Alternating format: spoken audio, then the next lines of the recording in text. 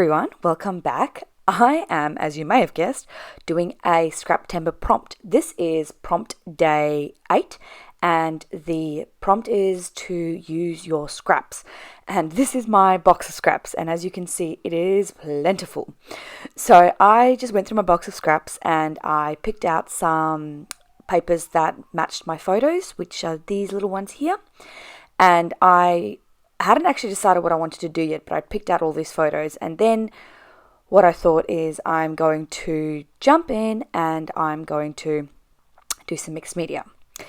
Now, while I do some distress inking and some background inking using those Catherine Pooler inks, and I'm using the packaging technique here, I'll just have a chat to you about what Scraptember is in case you don't know.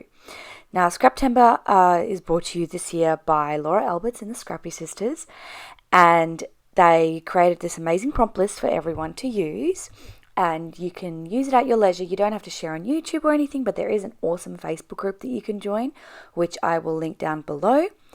And basically it is to encourage you to use your scraps, to get creative, to join in on the scrappy, that's not a word, to join in on the scrappy community and just to have some fun creating.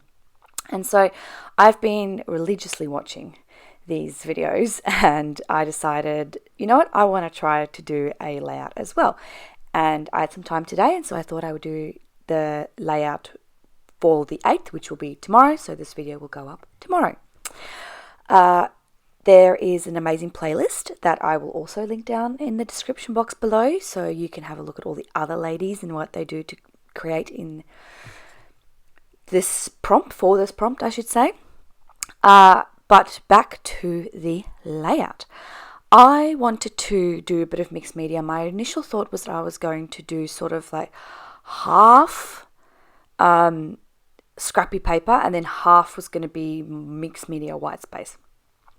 And so I started to cut my papers into these strips. Now, when it comes to scraps, there's like 1,000 things you can do, including cutting them, like punching them with like different size punches, using your Big Shot to use dies and so forth. But I decided to do strips because, like I said, my idea was to do half strips, half mixed media.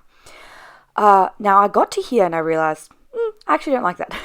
So I am starting on a blank background. So you just watch me do all of that beautiful mixed media really for nothing, just so I can have a little chat to you about what Scraptember is. And so I decided to focus all the strips more to the middle of the page, not that it's really in the middle, but like to center it. And then I am going to start layering. Now, as you can see, not all my scraps are very long, but I do cover up the middle portion of the layout with my photo. So I didn't really mind if there was a seam, like that was a very obvious seam, but you don't see it at the end product. What I tried to do is I tried to balance busy papers next to more solid colored papers, and then in between I'm putting that beautiful like gold vellum, which I have no idea where that's from, but I absolutely love it. And I feel like that really made the difference in this particular layout. I feel like this having these little gold strips, even though you can't necessarily see it on camera, it looks so good in person. And I just like throughout the day I've just looked back at my layout, I'm like, oh, I love how that looks just because of the little gold elements in there. So I'm really glad I used that scrap piece of vellum.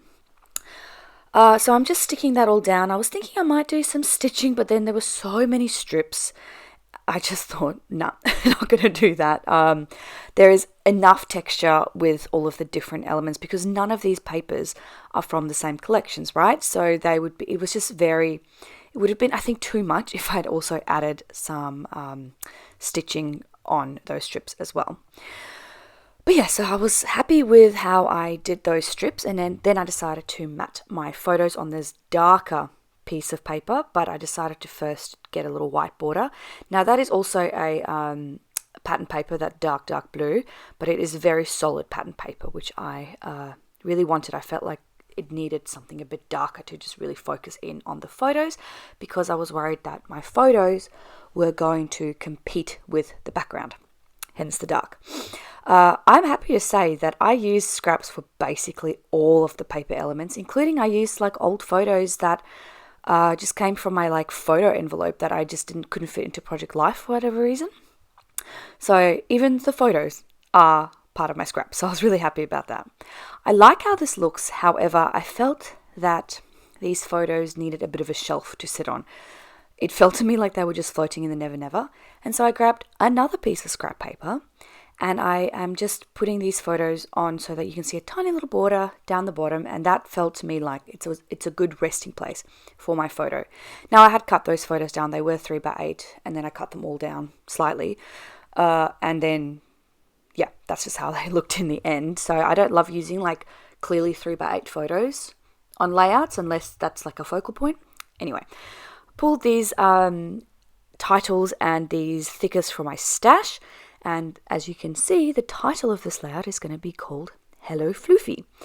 Now, I believe that hello is from Paige Evans, and that floofy, like that type, I'm not sure what that's from, sorry. I am out of O's because I used those to write in my friend's. I made her a cake, and then on the board that had the cake, I used those stickers to write new boobies tomorrow because she was getting a breast reduction. So I am out of O's because there's quite a lot of O's in the phrase new boobies tomorrow. Moving on, I have these Studio Calico pink little labels, and I never really used them in my project life, so I thought I was going to chuck them on here and see how that looks. And you can't really see them, but I do like how the one down the bottom looks actually. The two at the top sort of get lost in all the clusters. This is a very stash heavy layout. Like none of this stuff is new. For example, those florals that I'm using right now that I'm going to use to create those two clusters, they were digital downloads that we got from Kidaholic Kits as part of our when you subscribe to Kidaholic Kits, you get like a digital download pack, and those flowers were digital downloads, and I think we must have had that probably about 2 or 3 years ago, and I fussy cut them all, and I didn't use all of them. I did use some of them at the time, but I didn't use all of them, and so I thought this is a great way to use them because the colors looked quite well with this bluey, pinky, green, soft palette that I'm going for. So I'm just building up two little clusters, and then I'm adding these little see-through stickers from Coco Vanilla Studios. Now this is from a collection that came out last year, I think something home, maybe Let's Stay Home or Happy Home, I can't really remember. But I just added those. They're like little plus signs just to make it look a bit sprinkly, I guess. Adding a few more of these little fussy cut out flowers. Oh my goodness, I forgot the word for flowers. Guys, this baby brain is like a real problem. I watched through some of my old videos and I would say like, oh, you know, I'm just going to add some black gesso. And it's clearly like I'm using white gesso and I don't pick it up. So honestly, if I don't make any sense in this video, or if something happens that you're just like, she's just saying the complete opposite of what she's doing, just ignore me.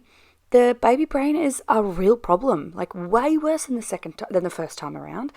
So I'm having real trouble thinking, so just bear with me.